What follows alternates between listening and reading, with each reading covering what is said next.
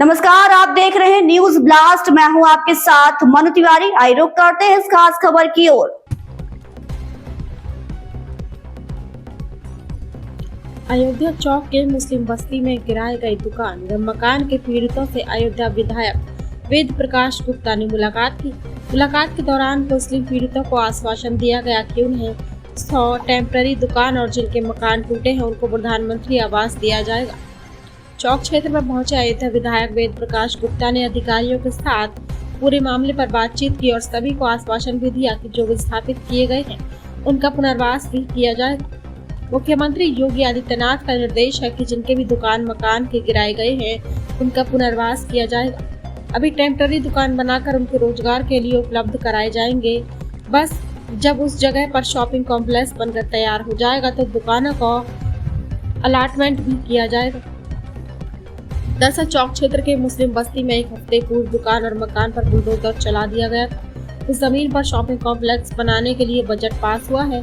जल्द ही इसका कार्य भी शुरू हो जाएगा, लेकिन वहां के रहने वाले लोगों का कहना है कि पहले उनको दुकान बनाकर मकान बनाकर दिया जाए, फिर उनको बाहर निकाला जाए।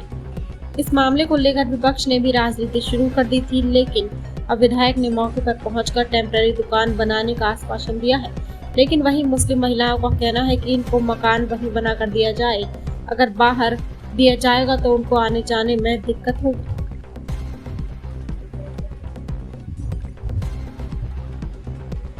जैसे मकान गया, हमें मकान बस मिलना चाहिए बस।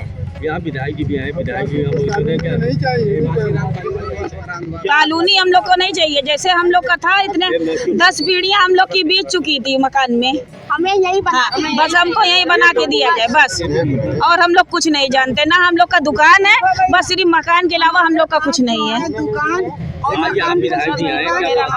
विधायक जी से यही बात हुई है कि आपको बता रहे हैं लोग कि अधिकारी लोग बता रहे हैं कि गोदाम 4 तोड़ा गया है और 1 मकान तोड़ा गया है। अरे एक मर्तबा उनसे कहिए कि दौरा करे, देखे आदमी क्या उसमें गोदाम में लैट्रिन बाथरूम बनवाता है क्या? हम लोग ऐसे अधिकारी लोग आए, हम लोग घर खोल कर दिखा दिया। क्या अधिकारी पहले से नहीं देखे थे? सब कुछ देखा गया, मगर अन्याय हम लोग के साथ किया जा रहा है। अन्याय इसलिए हम लोग गरीब हैं, बस इसी की वजह से बस हम लोग की कोई सुनवाई नहीं है। गरीब लोग को कहते नहीं है, कोई सुनवाई नहीं होती है बस।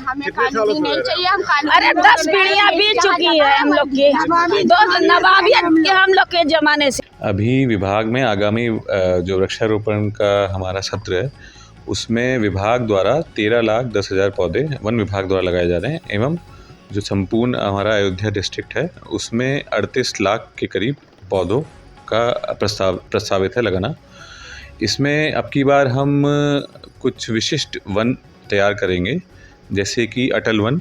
तो सर अटल बिहारी वाजपेयी सर, उनकी शताब्दी वर्ष में हम उनके योगदान की स्मृति में जन भागीदारी से हम अटल वन की स्थापना करेंगे। हर एक डिवीज़न में, अब यूपी के प्रदेश के हर डिवीज़न में अटल वन की स्थापना होनी है। एक हमारे एकता वन है जो सरदार वल्लभ भाई पटेल सर, उनकी 150वीं वर्षगांठ है सालगिरह, उसकी स्मृति में हम एकता वन करेंगे। इट विल बी वो एक यूनिटी की स्मृति होगी एकता वन। एक हम शौर्य वन की स्थापना कर रहे हैं जो हमारे यहाँ पे छावनी है, जहाँ पे हमारी सेना तैनात है, वहाँ पे उनके योगदान को बल देने के लिए एक हम शौर्य वन की स्थापना करेंगे।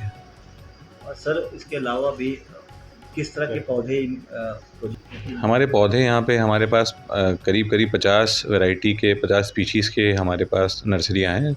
जो 26 नर्सरियाँ हैं उसमें हम 50 वैरायटी के स्पीशीज़ तैयार किए हैं, जो कि हमारे फलदार भी हैं, छायादार भी हैं, टिम्बर प्रोड्यूसिंग जिसमें लकड़ी निकलती है इमारती, वो वाली भी हैं, ताकि किसान भाइयों को बहुत इसमें सहायता मिले। हम अभी नहीं आए, हम तो रोज़ मंडी आते हैं। सुबह हमारा नियम है, एक बार हम सुबह सब्जी लेने खुद स्वयं आते हैं, और ये 40 वर्षों से है। तो यहाँ के एक व्यक्ति को, एक व्यापारी को व्यक्तिगत रूप से मैं जानता हूँ, पहचानता हूँ।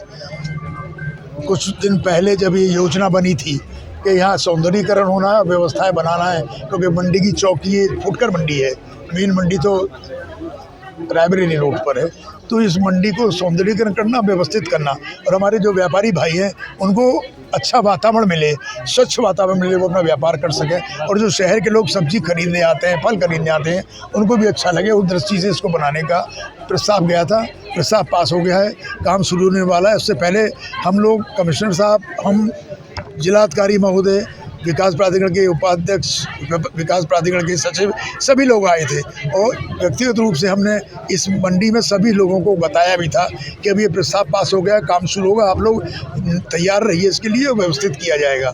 हाँ, ये बात ज़रूर थी कि ये जो लोग काम फुटकर दुकानदार जो दुकान लगाए हुए हैं, इनको व्यापार भी चलता रहे, इसका भी हम लोगों ने चिंता की, क्योंकि माननीय मुख्यमंत्री का स्पष्ट निर्देश है कि जिसको हटाया जाएगा उसको बसाया भी जाएगा।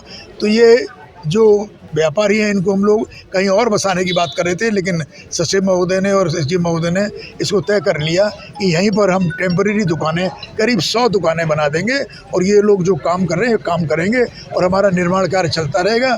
जब वो पूरा होगा तो दुकानों का अलॉटमेंट हो जाएगा, और दुकानों की और मकान की लिस्टिंग भी हो गई है, उसमें कोई कन्फ्यूजन नहीं है। मकान के लिए प्रधानमंत्री आवास और मुख्यमंत्री आवास में लगातार काम चल रहा है, करोड़ों मकान बन रहे हैं। हम लोग उसी में एसडीएम महोदय से मैंने कहा है कि कहीं ना कहीं उनको चिन्हित करके और व्यवस्थित करके देने का काम करें।